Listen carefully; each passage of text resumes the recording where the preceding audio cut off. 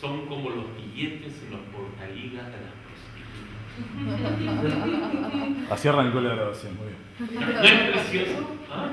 Las notas a pie de página de los libros son como los billetes en el portaligas de las prostitutas.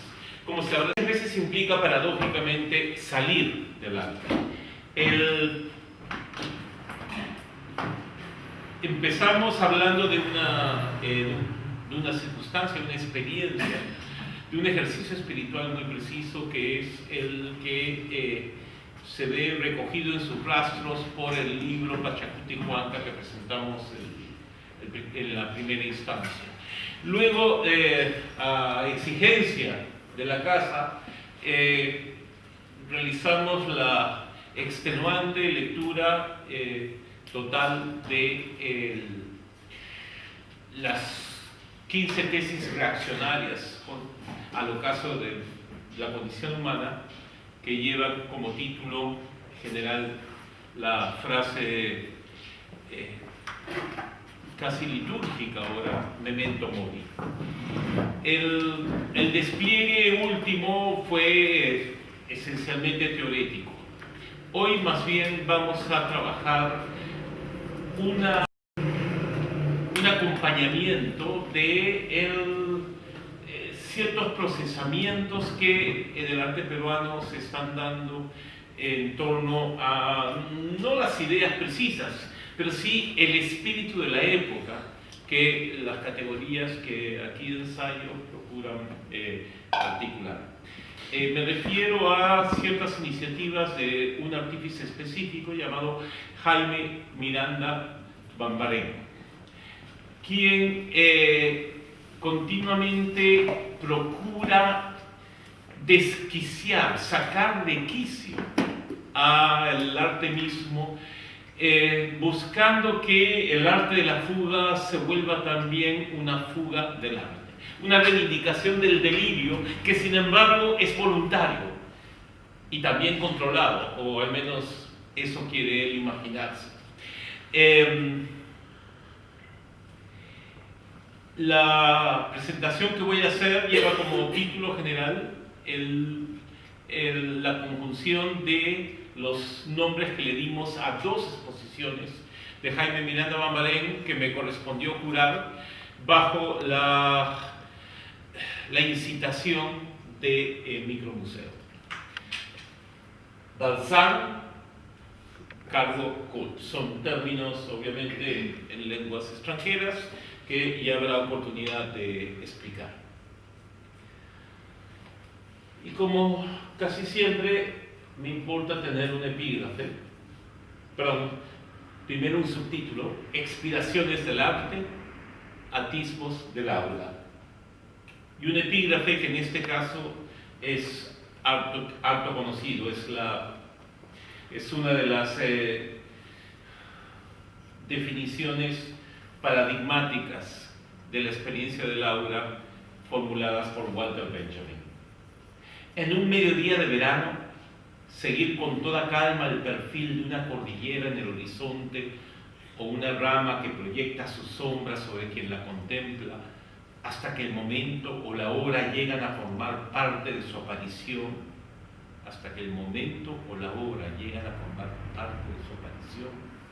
Esto significa respirar el aura de esas montañas, de esa rama.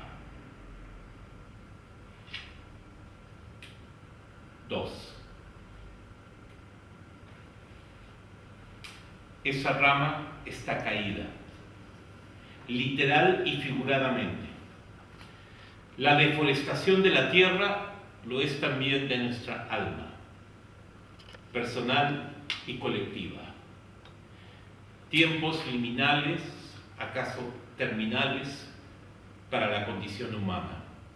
Martin Heidegger y Walter Benjamin, extrañamente hermanados por el opuesto complementario de sus premoniciones: el oscurecimiento del mundo, la trituración del aura. El aura eterna que se nombra y plenamente se revela solo en su agonía moderna. en su lucha a muerte con la muerte misma en el último fulgor de su incandescencia. Pero atención a las iluminaciones póstumas de la aura, a sus epifanías otras, ulteriores, postreros, superstites, resurrectas. 3. Resurrectas también en el arte que se aleja del arte. Ese arte otro que se refracta del arte sistémico necesariamente para recuperarse en la hora utopía de su belleza primordial, de mayúsculas. Su mirada interior. Hay cierta analogía posible entre el vislumbre moderno benjaminiano del aura y la categoría atemporal hinduista del darshan. Entre la denominación esotérica que el sánscrito le otorga al vislumbre fugaz de la aparición divina, darshan, por un lado, y por el otro, aquella, cito, irrepetible aparición de una lejanía por cerca que pueda encontrarse, entrevista en las especulaciones del filósofo judío. Esa, comillas, trama muy especial de espacio y de tiempo, cierra comillas, en que Benjamin intuye la transustanciación cultural de lo sacro desde la respiración intermitente de la tierra, con T mayúscula. Desde su experiencia fugitiva, la naturaleza como metáfora del arte, cierto arte, perturbado, visionario. 4. La respiración, la inspiración y sus expiraciones. También el arte renace en la agonía del arte, en sus luchas a muerte con la muerte misma, como ya venía formulando. Furtivas, casi alucinadas estas luchas, como en las recolecciones desesperadas de los huesos ocultos del bosque. Es una cita que le permiten a Jaime Miranda Bambarén exhumar las raíces truncas de tantos árboles mutilados en la ciudad y en el campo para transfigurar ese sembrío de muerte en imágenes sacras de toda tradición. La dispersa espiritualidad humana busca condensarse en estas tallas sincréticas, algunas devueltas a la naturaleza. Y sobre todo en el derrame ovular de maderas agrietadas que son esferas, que son planetas, que son semillas. La menstruación de la Virgen o los testículos de Cristo. Los avalorios cósmicos de un rosario que se desilvana y se reintegra frente a una iglesia, o en el paisaje perturbado del mar que se trastoca en puerto, o en el contrapunto ríspido con la arquitectura comercial más pulida, o sobre la baldosa vulgar y el triste cemento que en alguna exposición denominada precisamente darshan, ellas quiebran en busca de la tierra. 5. Un clamor, como el gran árbol desarraigado cuyos extremos de vida el artífice eleva sobre el vacío socavado en el que se enumeran los pueblos originarios de los pobladores nuevos en la gran capital tóxica. Hombres y mujeres de la simiente expulsados por nuestra guerra incivil de los campos ahora eriazos a los que sus ancestros dieron vida. un monumento excéntrico, erigido con amor y por concurso público en la confluencia de 3 distritos de Lima transformados por el destierro masivo que ahora los habita. Un memorial, luego destruido con nocturnidad y alevosía por los oscurantismos de la política. Y por las lógicas consumistas de la revolución capitalista que ahora todo lo avasalla bajo el mandato amnésico de la prosperidad nueva. En un gesto demasiado sintomático, el otrora monumento a la memoria se ve ahora reemplazado por un gigantesco poste de luz que ofrece seguridad al centro comercial de impresionante modernidad erigido en lo que fuera antes una barriada. Pero quedan sus restos, ahora recuperados a instancias de micromuseo para una existencia otra. Restos documentales y fácticos. El pedestal conmovedor de la placa rota que nombra la esperanza de la libido artística volcada a la sanación de la tierra y del mundo, de natura y cultura.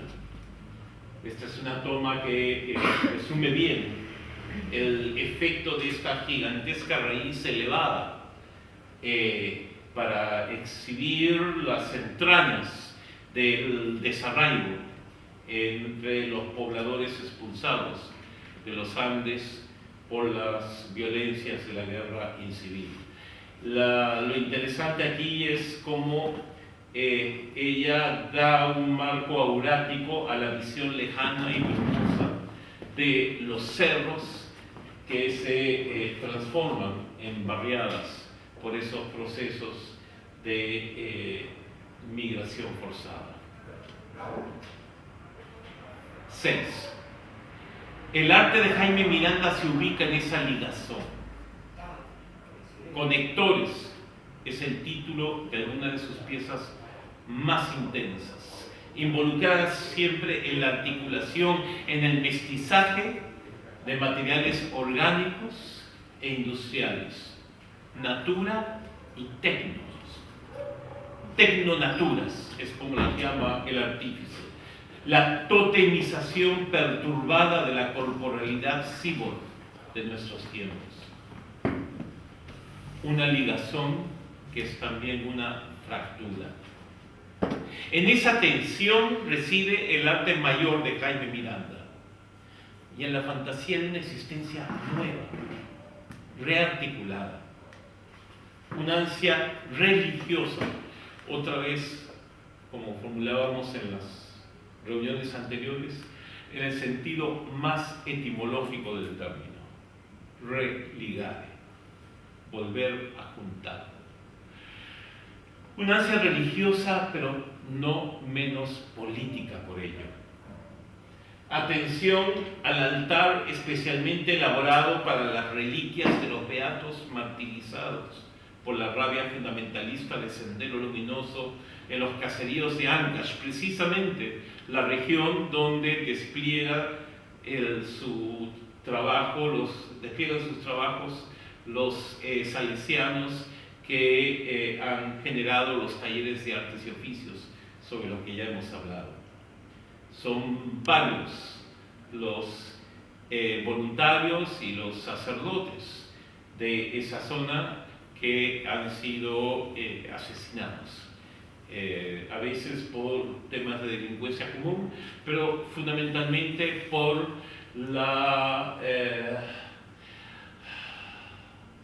el ansia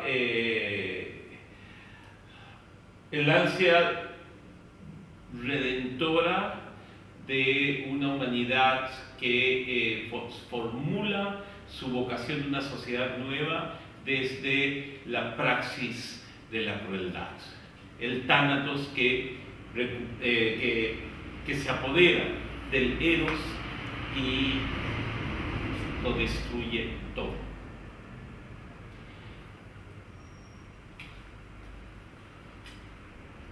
y el Eros que responde, memorializando esa furia, memorializando a las víctimas de esa furia anómica mediante reliquias tan impresionantes como la piedra manchada todavía con la sangre del sacerdote asesinado por el fanático maoísta.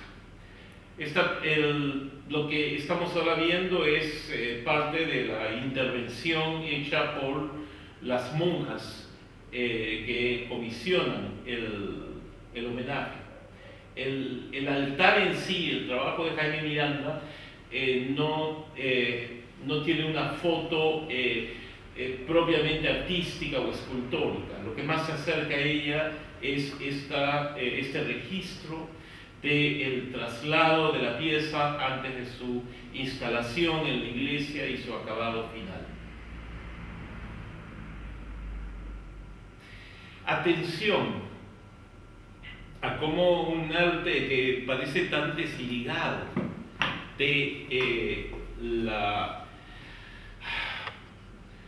hegemonía politizante del discurso de lo correcto en las artes, sin embargo se muestra tan entrañablemente comprometido, se injerta en los procesos políticos más densos.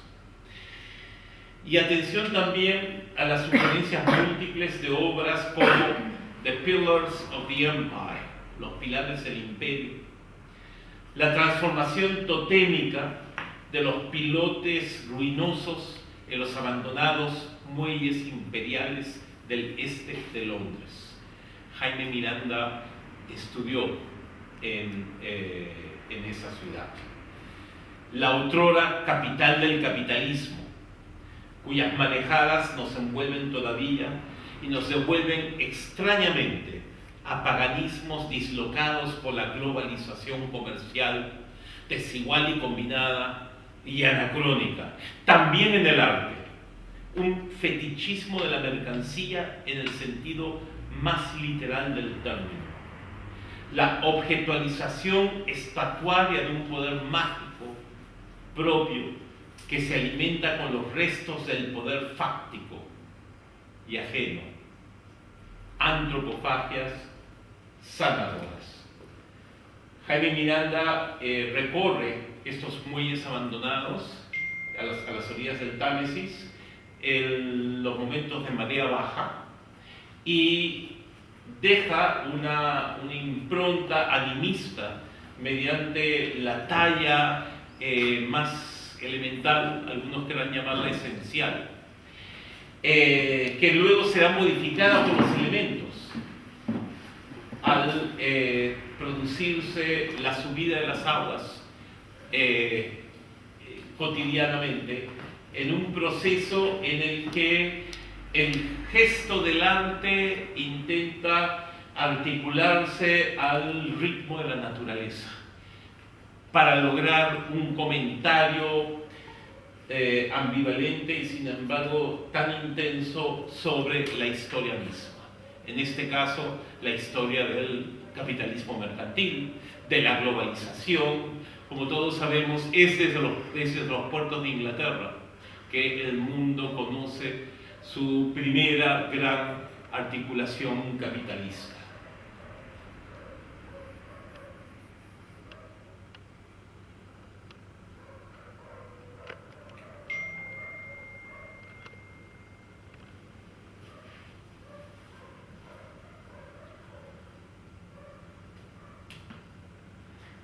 Y estos son algunos de los pilares que el artífice asegura haber recuperado de esos muelles para devolverlos a nuestras tierras y transformarlos en objetos de poder propio, una apropiación del poder ajeno para una estrategia totemizante de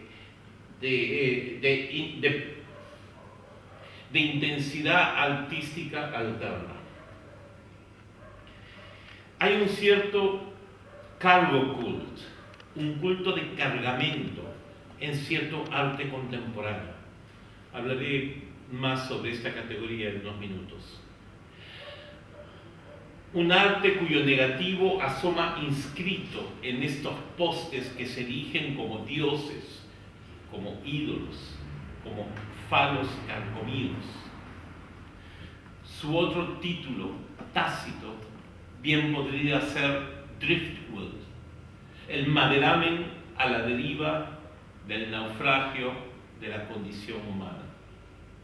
Pero atención a la presencia en el umbral de esta primera exposición d'Arsán de una talla con la preñez inmaculada de la Virgen. María grávida, Virgo gestans, la Virgen de la O, la Virgen de la Esperanza.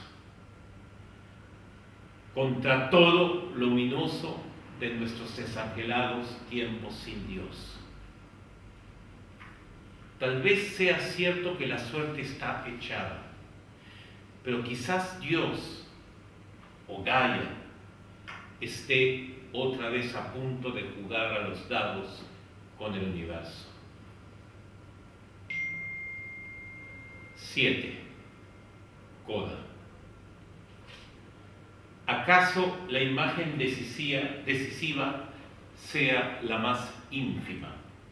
Apenas una tenue diapositiva de 35 milímetros en la que el artífice captura su visión entrecortada, iluminada de África, del origen con O mayúscula, desde la espesura del peñón todavía británico de Gibraltar. Un fantasma entrevisto desde el umbral uterino. Los atisbos del aura d'Arsán.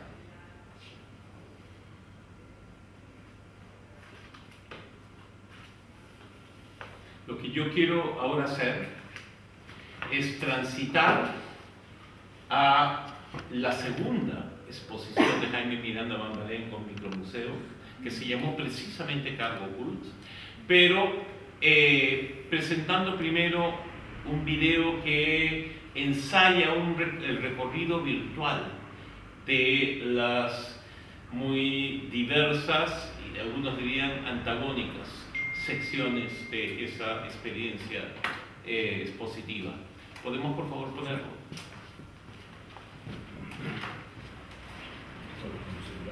Sí, sí, lo voy a sacar. Voy a parar.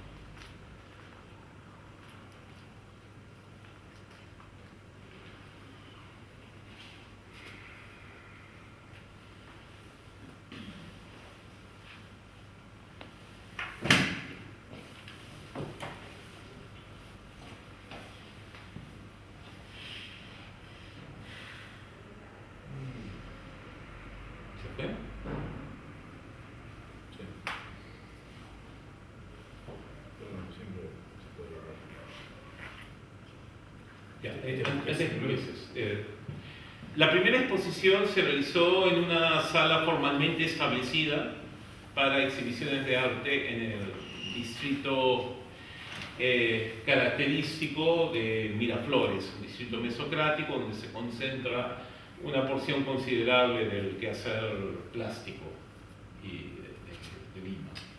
La segunda exposición, en cambio, y esto es importante señalarlo, se coloniza un edificio abandonado del puerto del Callao. Lima es una ciudad que está retirada varios kilómetros del mar, pero tiene una relación directa con el océano y con el intercambio marítimo de mercancías a través de un puerto cercano, 10 kilómetros, que se llama El Callao. Ese puerto conoció sus esplendores desde la colonia, pero como parte de la crisis que abismó al país a una situación que se creyó incluso terminal durante los años 80 y 90, cayó en un profundo deterioro. Por iniciativas varias que sería demasiado complejo explicar ahora, empezó hace 2 o 3 años un proceso de recuperación social de esos espacios a partir de la activación de determinadas estructuras abandonadas del primer puerto, con usos sobre todo artísticos. Y esto nos permitió a nosotros, por un periodo limitado, darle un uso excéntrico, algunos dirían extravagante, a lo que fue la sede del Banco de Perú y Londres, es decir, una de las entidades financieras principalmente responsables por la primera articulación cabalmente moderna de la economía local al capitalismo global en los años 20. El Banco de Perú y Londres dejó una huella decisiva en ese proceso, aunque sucumbe a la gran crisis de 1930, eventualmente cae en la quiebra, el edificio pasa por otras manos y termina en el abandono. Con los deterioros que son imaginables, pero manteniendo sin embargo los rasgos instintivos de una arquitectura que se quiere templar. Hay una columnata impresionante que uno podría asociar al Templo Mayor de Knossos, ¿no es cierto?, en el mundo mediterráneo, y que habla de esa vocación mimetizante del gran capital financiero con cierta visión instrumentalizada del ideal clásico o neoclásico. Es en ese contexto que con Jaime Miranda nos proponemos una iniciativa artístico-curatorial, una operación artístico-curatorial insólita, que es la de formular una muestra desde dentro del espacio, en función de las incitaciones que fueran allí surgiendo en un proceso de meses. Partimos de una idea particular, que era expandir el efecto diferido de la exposición d'Arsán, que había culminado varios meses antes, para lograr que se refractara y se multiplicara de una manera proteica en función de las... ¿Qué pasó? Ya, en función de las reverberaciones distintas que este templo de las finanzas que deviene que se convierte en un templo de las musas, en un museo, en el sentido etimológico del término, pudiera motivar. De esa primera idea deriva el traslado de una serie de elementos que por lo general no eran obras de arte en sí, sino acumulaciones de una deriva desiderativa, de una pulsión de acopio, el que ilumina el eros creativo del artífice. Y es en el desparramar, ¿no?, en el desbordar de esos elementos en un espacio tan singular, que se logra una estrategia de asociación libérrima, vamos a darle ese nombre, donde logramos desembocar en la creación de un mito postmoderno y radical, el de Benigno Ramos, un olvidado chamán de la selva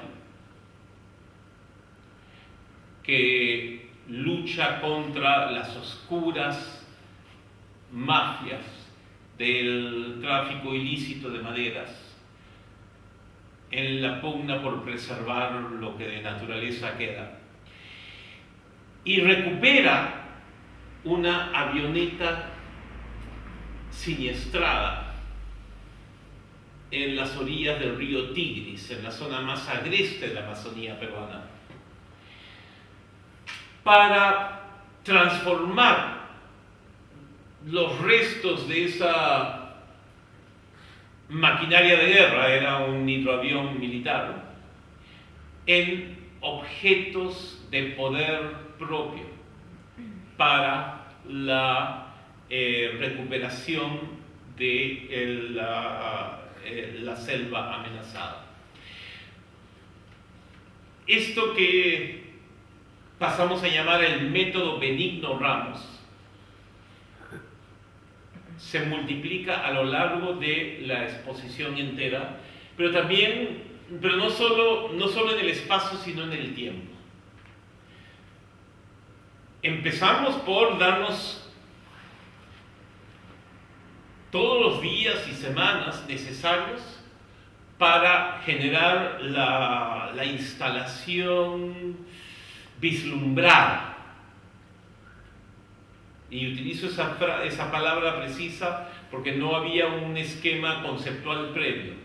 Había una deriva libidinal que llevaba a la composición del conjunto que ahora van a ver. La pieza central era precisamente el acto mágico de hacer levitar el fuselaje hecho ruinas de la avioneta caída. Y en torno a ella se empezaron a reformular los poderes letales de los restos de la industria militar como objetos de un culto sanador, reparador. Nunca mejor utilizada esa palabra, ¿cierto? Esta es una máquina espiritual,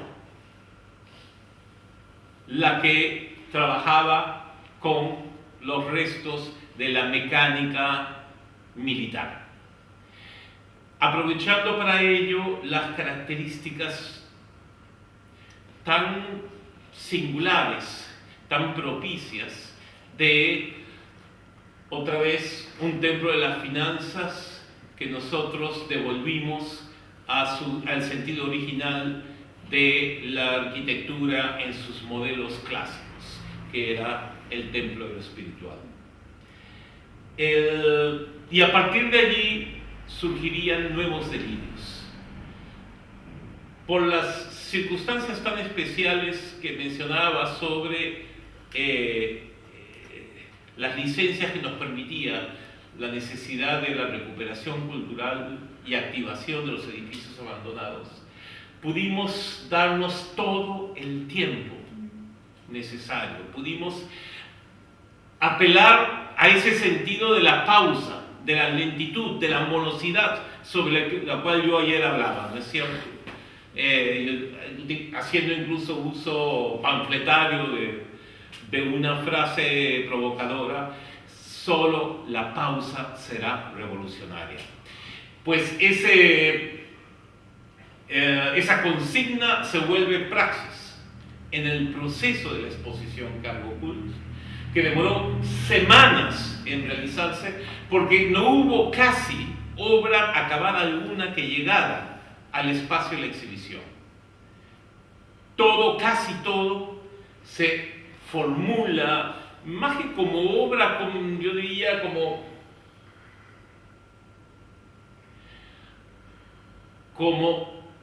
instrumento litúrgico en el proceso de elaboración de la muestra.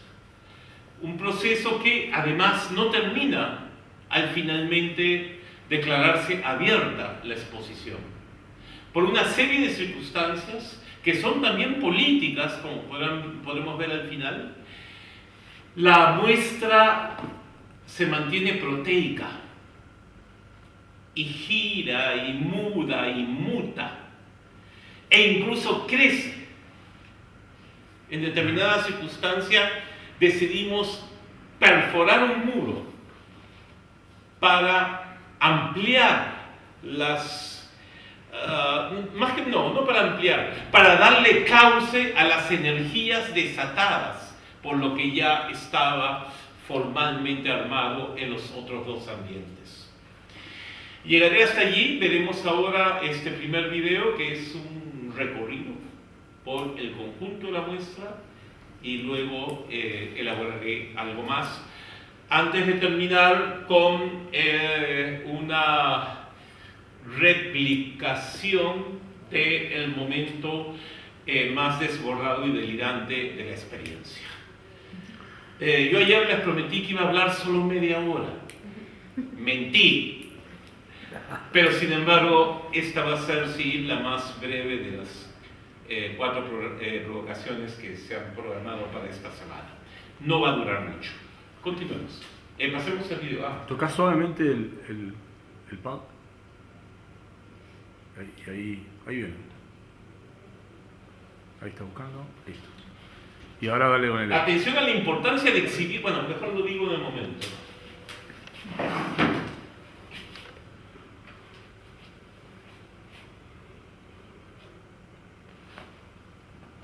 Estas son las semillas que han sido llevadas frente a la iglesia matriz del Callao. Estos son los pilares que el artífice insiste han sido recuperados de los muelles de Londres.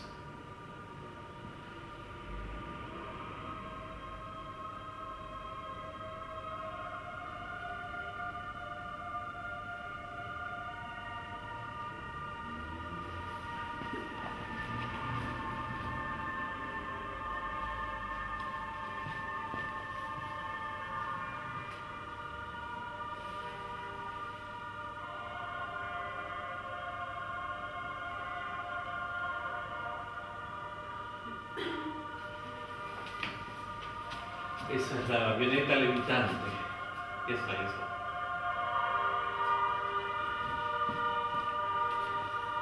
Ese es un momento glorioso en que a través del cuerpo penetrado, reventado del fuselaje, se puede ver la metralleta transfigurada en cruz.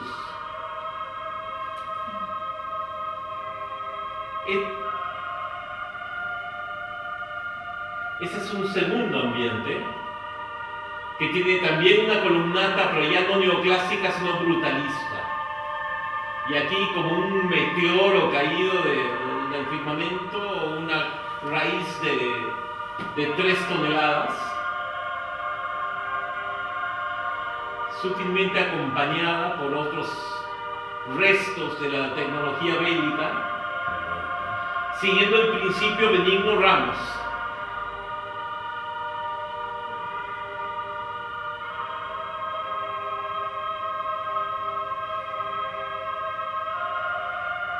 Estas son cajas de explosivos utilizadas por el ejército peruano. Y estos son los restos de una metralleta sobre la cual hablaré en un minuto. Y esta es la caverna, que es el espacio que habilitamos reventando la pared en el momento mismo en que una vez inaugurada la exposición. Y se proyectan unos videos y hay ciertas inscripciones sobre las que hablaré.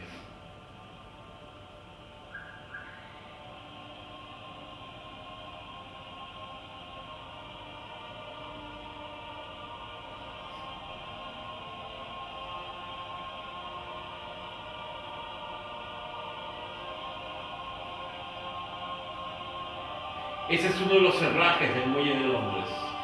Tolstoy is our ancestor. Tolstoy es nuestro ancestro. Ese es uno de los 2 lemas decisivos inscritos en la caverna. Y estos son los conectores impresionantes de Jaime, y esta es la imagen final también decisiva.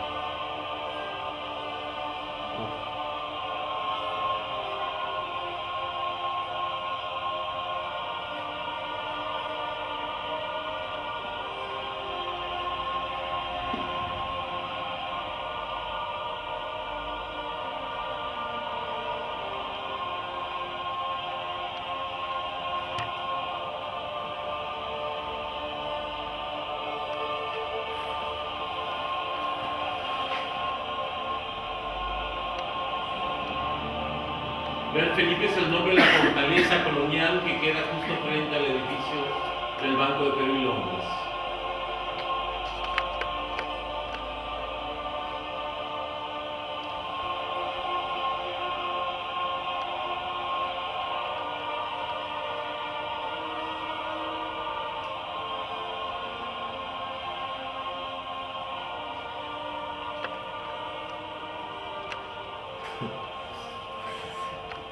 Me sorprende.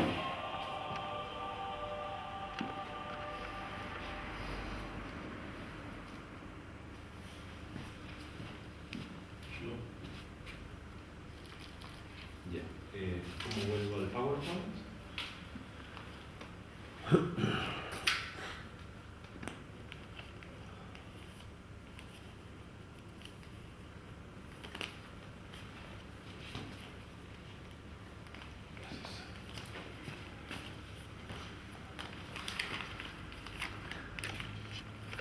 Lo que tengo que leer en relación a esto es muy breve, aunque luego elaboraré algo más. Y tiene un epígrafe propio. The madness has to find somewhere to run wild. La locura tiene que encontrar algún lugar donde se deschave. ¿Dicen ustedes deschave? Un poco. ¿No? Donde se libere de manera salvaje, ¿no? Es una frase del poeta excéntrico y significativo de inglés contemporáneo, es galés en realidad, británico, Ian Sinclair. Y es uno de los lemas que aparecen pintados en la caverna. Cargo cult. La procuración de bienes modernos mediante recursos mágicos es una de las explicaciones genéricas que se le suele dar al término cargo cult, derivado de la antropología angloparlante. Cultos de cargamento, prácticas religiosas asociadas al encandilamiento de ciertas culturas oceánicas por el tesoro imprevisto de artefactos y conservas y bienes industriales que descendieron sobre las islas del Pacífico acompañando a colonizadores, ejércitos, misioneros, como vendavales, como ráfagas, como bombardeos, a veces en un sentido demasiado literal. La militarización temporal de los mares durante las guerras llamadas mundiales acentuó entre algunos isleños un atisbo de abundancias fugaces, incomprendidas y ansiadas. La histeria circumnavegante de las globalizaciones erráticas y el maderamen a la deriva de los naufragios occidentales. Un botín casi, a ser luego evocado, convocado, mediante chamanismos arcaicos pero modernizantes. Gestualidades primitivas que buscaban propiciar lo nuevo, lo industrial, lo sintético, trastornado en tótem. Trastornado en tótem, fascinante y letal, como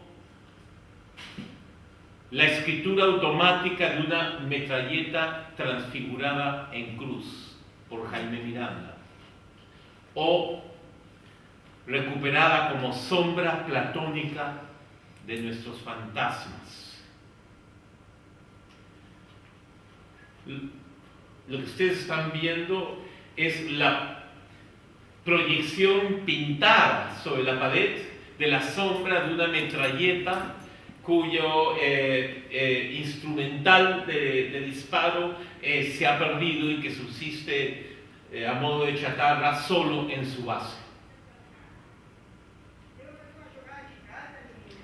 Tótem y tabú de los hallazgos recombinados aquí por Jaime Miranda Bambarén en una alegoría demasiado perfecta, tal vez, de nuestras existencias fronterizas, ávidas de consumos que son violencias. Una alegoría demasiado exacta de lo que los poderes y el poder, la narcolepsia cultural, el capitalismo hedónico, el comunismo hechizo, han hecho de nuestros cuerpos y de nuestras almas, de nuestra vida social y de la vida social de nuestras imágenes, de todo, casi todo lo que antes llamábamos arte. Los usos del ritual para un fetichismo otro de la mercancía. Eso es justamente el culto de cargamento. Un fetichismo otro de la mercancía a ser, sin embargo, redimida.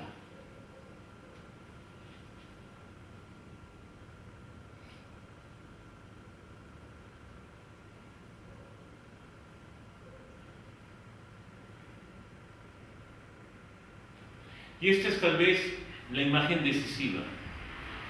Se trata del fragmento de algún aparato de uso militar en la aviación bélica del país, que estaba fundamentalmente equipada por la Unión Soviética. Y el hallazgo de esta huella, de esta memoria perdida del ideológico en la chatarra beligerante que habíamos acumulado en el Banco de Perú y Londres, actuó como un momento de revelación. Actuó como un memento mori para las fascinaciones simbólicas de lo ideológico que se torna religioso.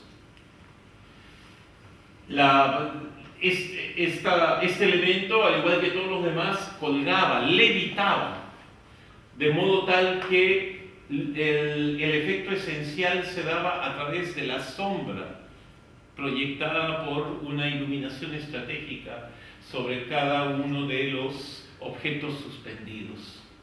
Y es esa suspensión del tiempo la que actúa sobre el espacio, como la propia avioneta que da origen al proyecto, suspendiendo también la alianza y lucha entre Eros y Tánatos en la pugna de un arte que otra vez signifique lo político desde lo poético. Y en esa pugna y en esa elevación surge el delirio. Voluntario y controlado, pero al mismo tiempo liberado de las restricciones de todo lo programático que hoy se nos impone en el quehacer del arte. Un delirio que nos lleva, por ejemplo, a reivindicar una situación excéntrica en la que Jaime Miranda Bambarén, junto con otro artífice peruano que estudiaba al igual que el arte en Londres, Erasmo Wong, descubren lo que quieren interpretar como el subtexto cifrado en la geografía física del corazón del imperio, del imperialismo, de Londres, en una cloaca abandonada. Abandonada, pero ubicada en el centro magnético de todas las energías que se entrecruzan en esa metrópolis. Es un gran desagüe al que se accede desde las riberas del río Támesis cuando las aguas bajan, solo en las horas de marea baja precisamente. Y se encuentra frente al Tate Modern, la capital del arte contemporáneo. Perdón, se encuentra bajo el Tate Modern, en la capital del arte contemporáneo, y muy en la cercanía de la City, la capital del capitalismo financiero, la redundancia es necesaria, y de la Catedral de Saint Paul, que es obviamente el alma arquitectónica de la religiosidad institucional en Inglaterra. En esos ejes entrecruzados, pero sumergidos y subterráneos al mismo tiempo, porque es esta zona liminar, donde lo telúrico y lo oceánico se confunden. Jaime Miranda y Erasmo deciden fundar un culto nuevo y colonizan ese espacio pintando con sangre de bestias las paredes con lemas y emblemas delirantes que siguen al pie de la letra la admonición del epígrafe que mostramos al comienzo de esta parte de nuestra presentación. The madness has to find somewhere to run wild.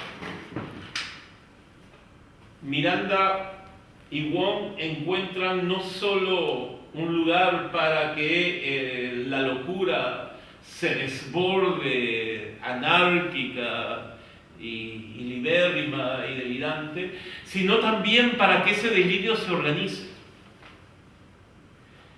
Y plantean que esa cloaca es la caverna Vera, es el santo sanctorum de un culto imposible, articulado desde ese concepto de apocalipsis sin revelación, o más bien articulado como respuesta a nuestra circunstancia actual de apocalipsis sin revelación, sobre la cual ya hemos podido hablar en las reuniones anteriores. Es como un acto pulsional de emisión corporal de la revelación reprimida por la secularización obligada de nuestros tiempos, una secularización que es también una máquina sistemática de profanaciones de todo aquello que aspira a ser sagrado. Acá hay una resacralización de lo más ínfimo y degradado, que juega intuitiva pero brillantemente con el doble sentido que en el castellano tiene la palabra escatología. Escatología se asocia, por supuesto, de manera casi médica a todo lo excrementicio, pero en las ciencias divinas la escatología más bien tiene que ver con las agonías del alma y con los procesos de todo aquello que trasciende nuestra vida terrena. Tiene que ver con el juicio final, tiene que ver con el tránsito por el purgatorio, tiene que ver con el propio tránsito del alma a nuevas formas de existencia. El radicar el templo mayor de un culto nuevo en la gran cloaca es un gesto de metabolización de toda la enfermedad de los tiempos, pero al mismo tiempo, que en el mismo gesto intenta ser un acto de sublimación de toda esa mierda, en el sentido literal del término, ¿no es cierto? Pero no es posible ya formular eso en los términos de pulcritud y de programa que en otras épocas preilustradas podrían haberse generado. Y por lo tanto se manifiesta no como una fe, sino como un delirio. Y es allí que surge esta categoría con que estoy empezando a elaborar para pensar una serie de manifestaciones distintas, raras, excéntricas, en ciertas franjas, en ciertos márgenes del arte contemporáneo, que es la del delirio, que podríamos llamar voluntario o controlado, pero que muchas veces supera la propia voluntad de control de quien así lo formula, de los artífices involucrados. Vamos a ver ahora un video que resume algunas de las geopoéticas, más que geopolíticas, de estos procedimientos y registra las ritualidades anacrónicas desde las que ellas se configuran, con, sin embargo, una referencialidad muy precisa a los momentos terribles que vivimos. Hay una alusión allí a Donald Trump que nos obliga a fechar, a precisar históricamente el momento de realización de este video, que es cuando el mundo empezaba a cobrar conciencia de la posibilidad, todavía no probabilidad, de que esa presencia esperpéntica, escatológica también en algún sentido del término, pudiera acceder a la presidencia de los Estados Unidos. Esta acción y este registro se realizan unos meses antes de las elecciones que llevarían a Trump a la Casa Blanca. La acción tónica, telúrica, subterránea, soterrada con la Tate Modern, la City y la Catedral de Saint Paul. A ver.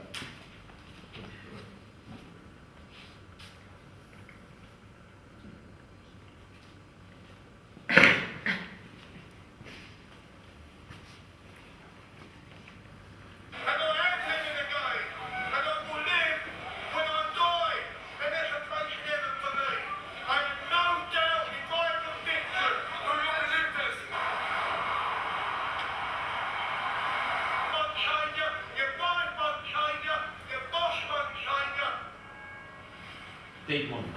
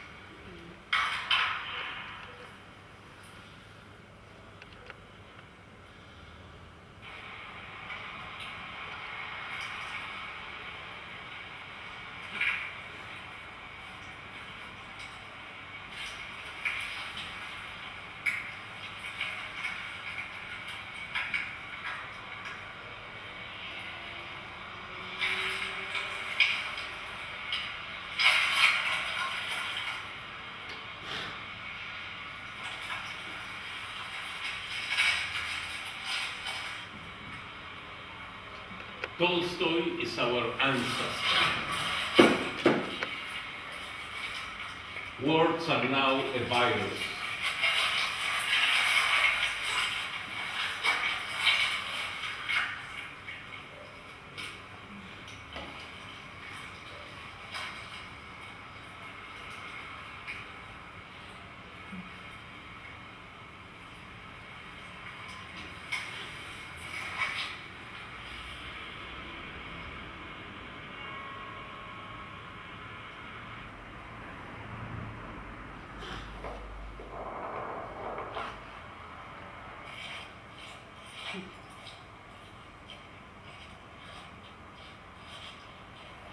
Las campanadas que escuchaban eran las de la Catedral de Saint Paul.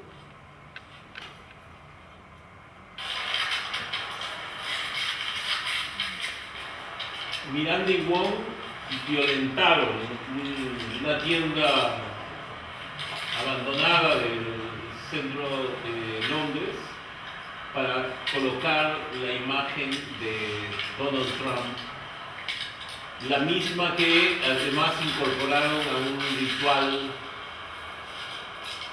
que prefiero no adjetivar en este momento. Ese es el corazón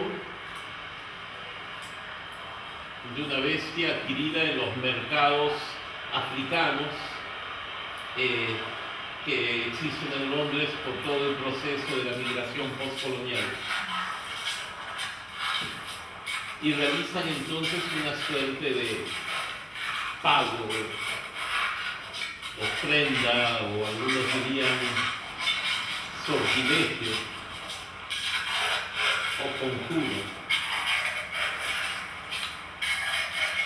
Recuerden que eso que ahora vemos como tierra firme, en pocas horas estará cubierta por las aguas. Y que las aguas del Támesis de alguna manera se conectan con las del Ganges en la India.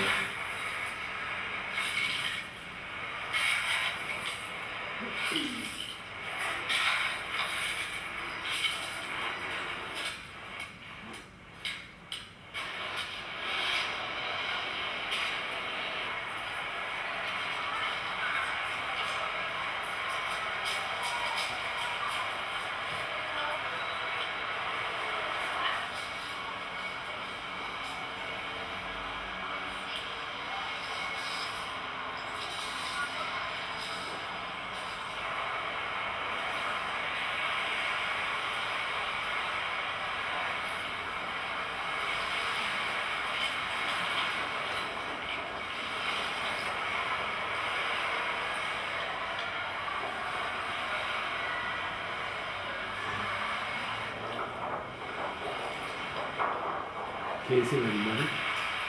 Es la cabeza de un cordero. El cordero. Ahí va. Perdón, Es un cordero. ¿Eh? Pero es un cordero. Oh, sí, es un cordero. Sí.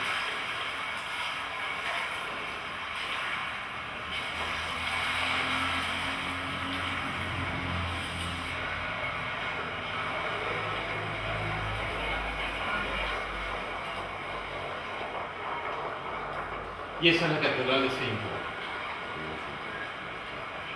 Y la City está en la proximidad. Esa es la cloaca.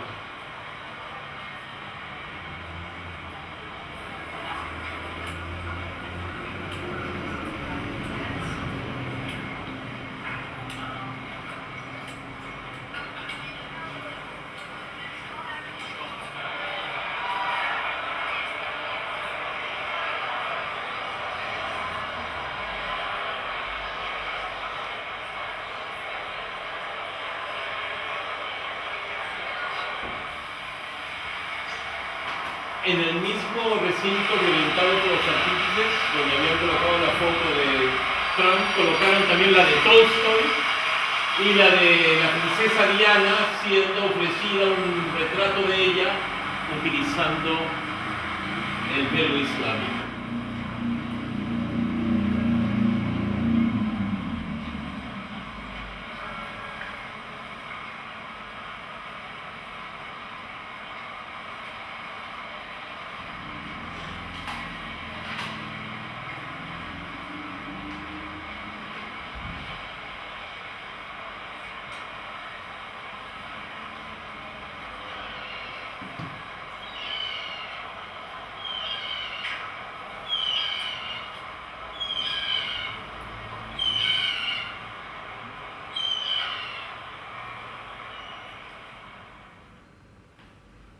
The madness has to find somewhere to run wild.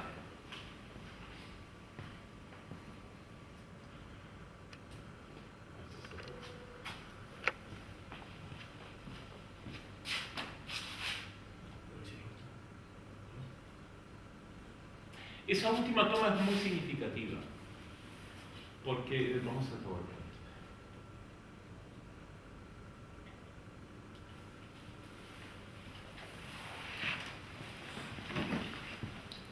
Porque nos muestra el acto devocional de reclinarse para ingresar al espacio sacralizado, que sin embargo es una cloaca. En los templos arcaicos era frecuente que los portales de ingreso a las zonas sagradas fueran desproporcionadamente pequeños, para obligar al que acudía a ese lugar de recogimiento, oración, a humillarse a sí mismo, a recoger su cuerpo para poder acceder a la divinidad y al objeto de culto. Pero acá ese recinto de lo sagrado es el transmisor de toda la mierda de la ciudad. Y en esta tensión entre los dos sentidos de lo escatológico, en esta pugna entre lo alto y lo bajo, en mayúsculas amo, por supuesto, entre el eros y el tánatos, es que Jaime Miranda ensaya un riesgo nuevo que permita acceder a los saberes perdidos del arte, o por lo menos fantasear ese acceso. Y esa fantasía es crucial.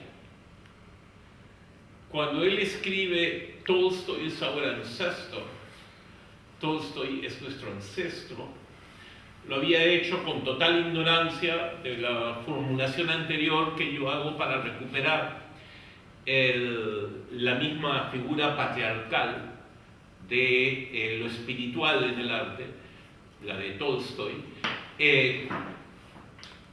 haciéndola entrar en cortocircuito con la figura profética del fascismo soviético, que es Lenin. La frase ¿qué hacer?, que da nombre al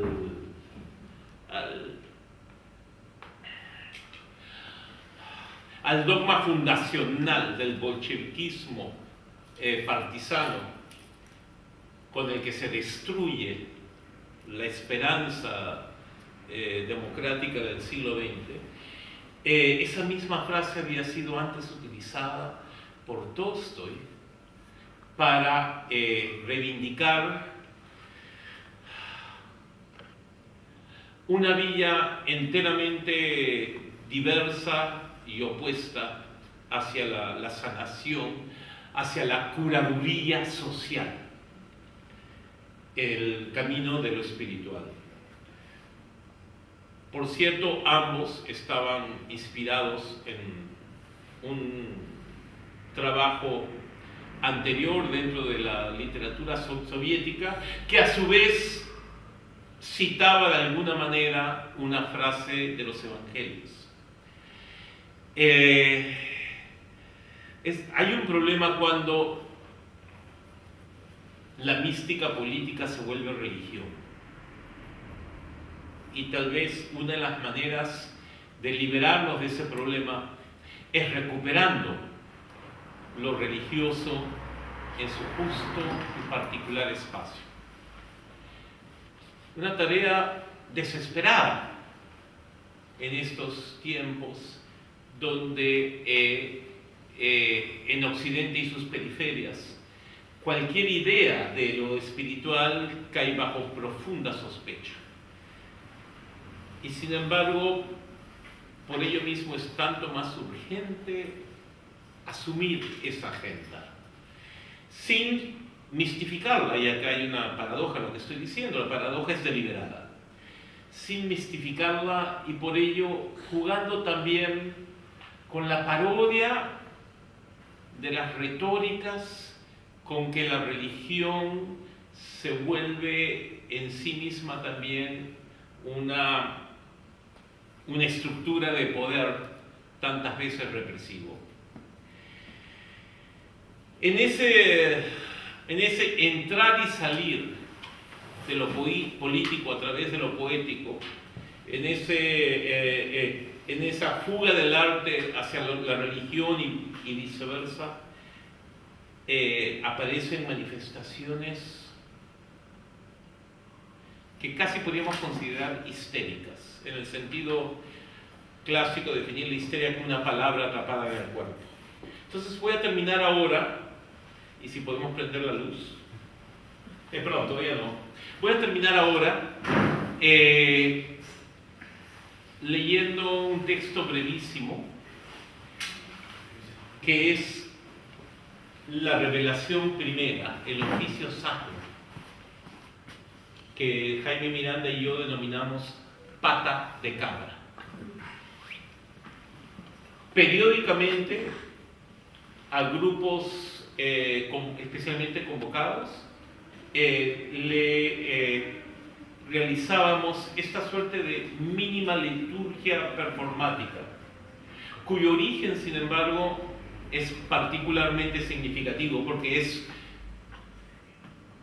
otra vez este intento de hacer saltar, de generar un cortocircuito de lo político a través de lo poético, generar un cortocircuito de lo político a través de lo poético, incluso de lo delirantemente poético. Pata de cabra tal vez es un término que tiene que ser explicado. En el Perú alude a un instrumento generalmente asociado a prácticas delincuenciales. Es una gran barra de metal que tiene una forma y doblez que le permite forzar las puertas para lograr un ingreso muchas veces indebido a la propiedad privada. Este objeto tiene una perturbadora asociación posible con la imagen de la serpiente, que en la cultura popular y tradicional peruana adquiere diversas connotaciones. La serpiente, por supuesto, se asocia muchas veces a lo satánico, es la sierpe maldita la que la Virgen pisa durante la visión del Apocalipsis.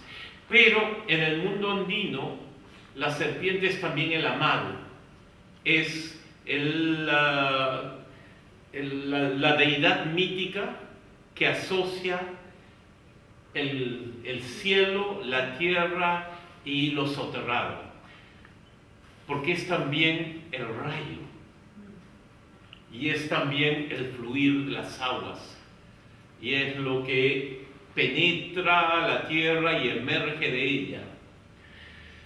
Hay entonces una polisemia inquietante que le daba un particular sentido al uso de este elemento en el oficio sacro que procederé a ofrecerles a ustedes también, aunque sin el uso indispensable de la pata de cabra, porque debo controlar el efecto mágico que esto inevitablemente llega a generar en aquellos que participan. Entonces, con esa distancia crítica, que es la que me ha exigido la tradición ilustrada del Río de la Plata y particularmente de Mar del Plata y de Montevideo, procederemos con esta lectura. Tengo para ustedes, como un don, tantos ejemplares de la hoja litúrgica como ustedes tengan la generosidad de recibir. Ahora sí podemos prender la luz. Quisiera que todos ustedes sigan la lectura conmigo. y en algún momento tal vez se sientan incitados a repetir determinadas frases.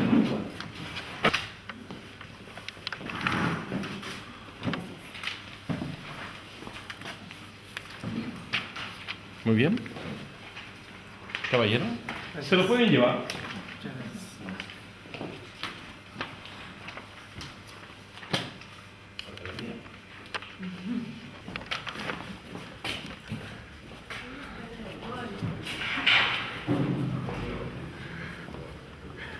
Bueno, tiene también su configuración interesante.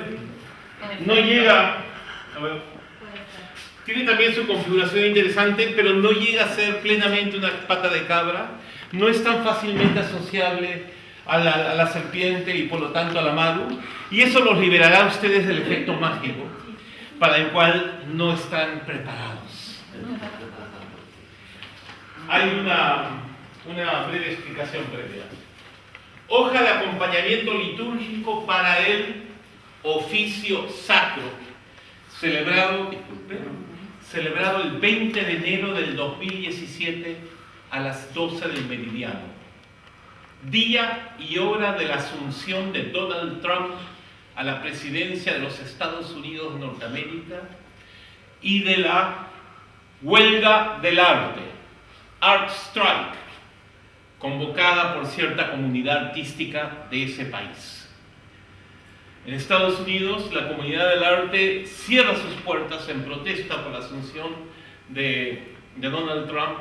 Nosotros hicimos exactamente lo contrario.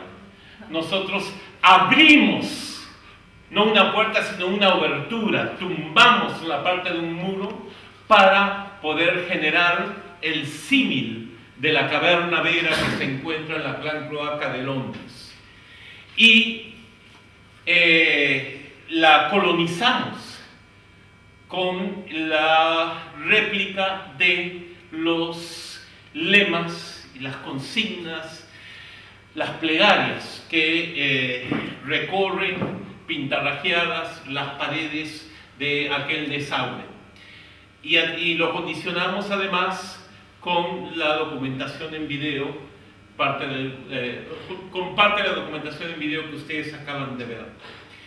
Nos parecía importante que la respuesta ante el abismo de los tiempos tenía que ser de apertura, aunque fuera violenta.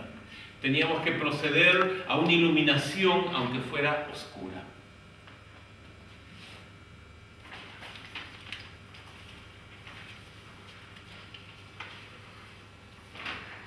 Uno.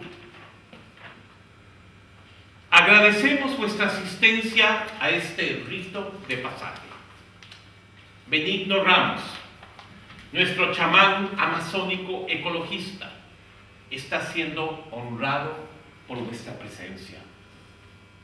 Y también con la humilde mesa de ofrendas, nuestra modesta misa en estos ámbitos que nos habitan. Esta caverna sucedánea ha sido la histórica sede portuaria del Banco de Perú y Londres.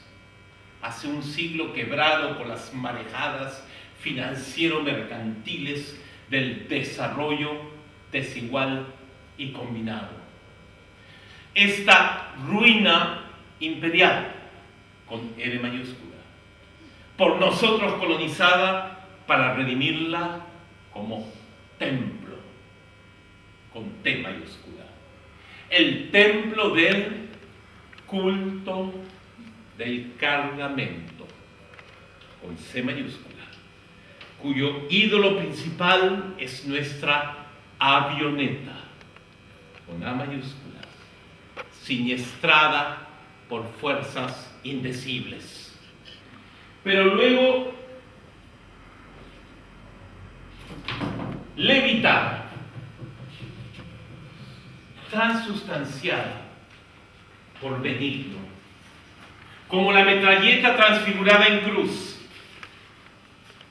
o recuperada como sombra platónica de nuestros fantasmas, y Tecnos hecho pedazos, pero acogido por Natura, la nueva Gaia cyborg, mixta, mestiza, tallada, tullida y otra vez tallada, en abalorios, en óvulos, en semillas, para su salvación, que es también la nuestra.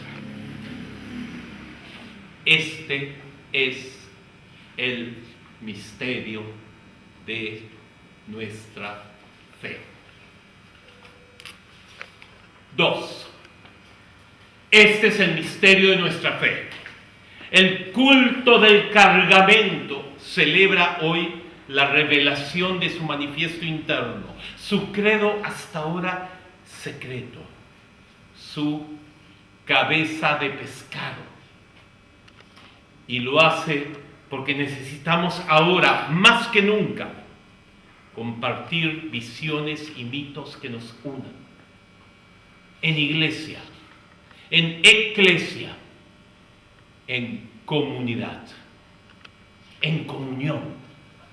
Debemos combatir la fragmentación de nuestro mundo con vislumbres nuevos de la divinidad, con atisbos darzán que no sean otra vez comunes, y auráticos, aurolares, ante el gran ocaso, el gran ocaso. 3.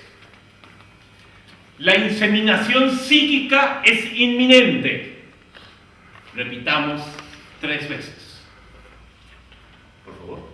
La inseminación psíquica es inminente. La inseminación psíquica es inminente. La inseminación psíquica es inminente. La fecundación mental es ya inevitable. Repitamos 3 veces. La fecundación mental es ya inevitable. La fecundación mental es ya inevitable. La fecundación mental es ya inevitable. Y con el símbolo, S mayúscula, de esta pata de cabra forjada en hierro, mostrar pata de cabra, los dioses abrirán nuestras mentes. Repitamos 3 veces. Los dioses abrirán nuestras mentes. Los dioses abrirán nuestras mentes. Los dioses abrirán nuestras mentes.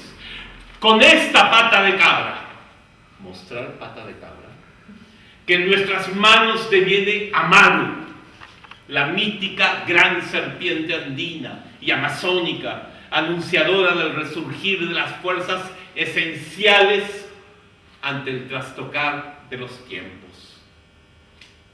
La catástrofe, el voltear del mundo, Pachacuti, para redimir estos tiempos que son los nuestros y redimirnos nosotros en ellos.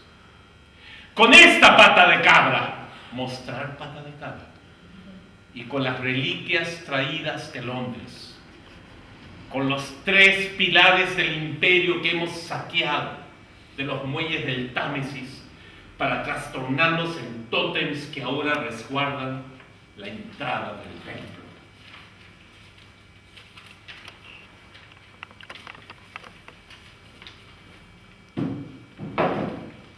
Tótems eyaculantes de visiones ahora sembradas en nuestros húmedos sesos. Surcos neuronales para el derrame ovular de maderas agrietadas que son esferas, que son planetas, que son semillas. La menstruación de la Virgen de la O.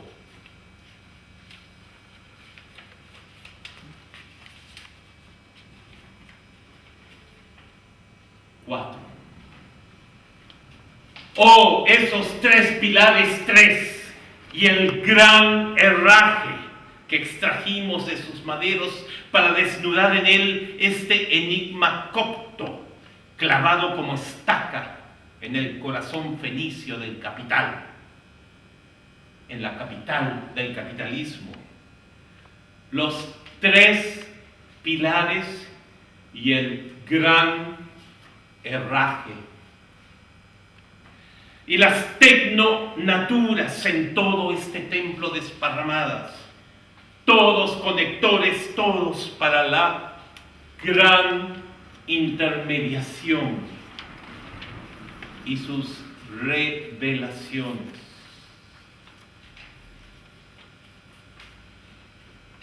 Cinco. Revelación primera. Nuestro templo primo y tierra santa se sitúa al interior de la caverna Vera. La caverna primordial que esconde pintado en sus paredes el manifiesto. Este manifiesto que se manifestará aquí inconcluso, pues contiene partes secretas a ser expuestas solo ante vuestra presencia física algún día ahí en la caverna. La caverna está sembrada en la ciudad de Londres entre sus tres catedrales, frente al Tate Modern, debajo de St. Paul, en el bajo vientre de la City. Su acceso es posible solo con la marea baja del río Támesis. El resto del tiempo, la gran cloaca yace sumergida por las aguas. Deberán peregrinar allí una vez al menos antes de morir.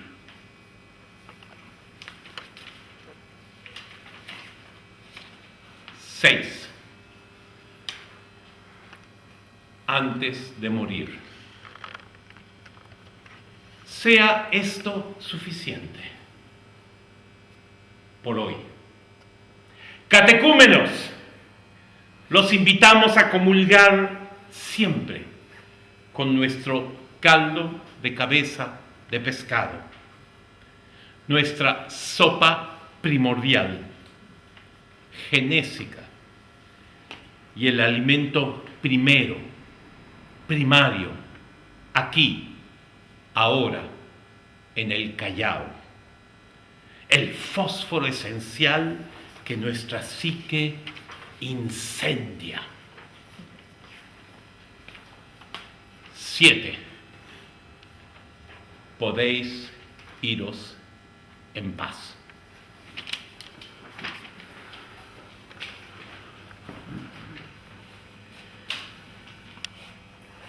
Y termino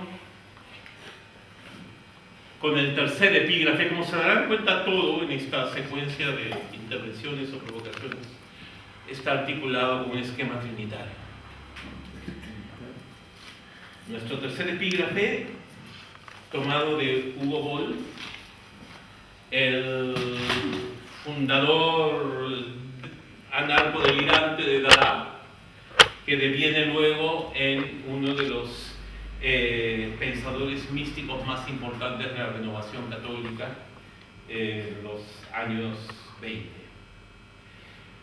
Todo arte vivo, dice Hugo Boll, todo arte vivo será irracional, primitivo, complejo, manejará un lenguaje secreto y no dejará como legado documentos edificantes, sino paradójicos. No hay mejor respuesta para el mandato programático que hoy hegemoniza a la República de las Artes, que pretende tornarse dictadura inquisitorial. Muchas gracias.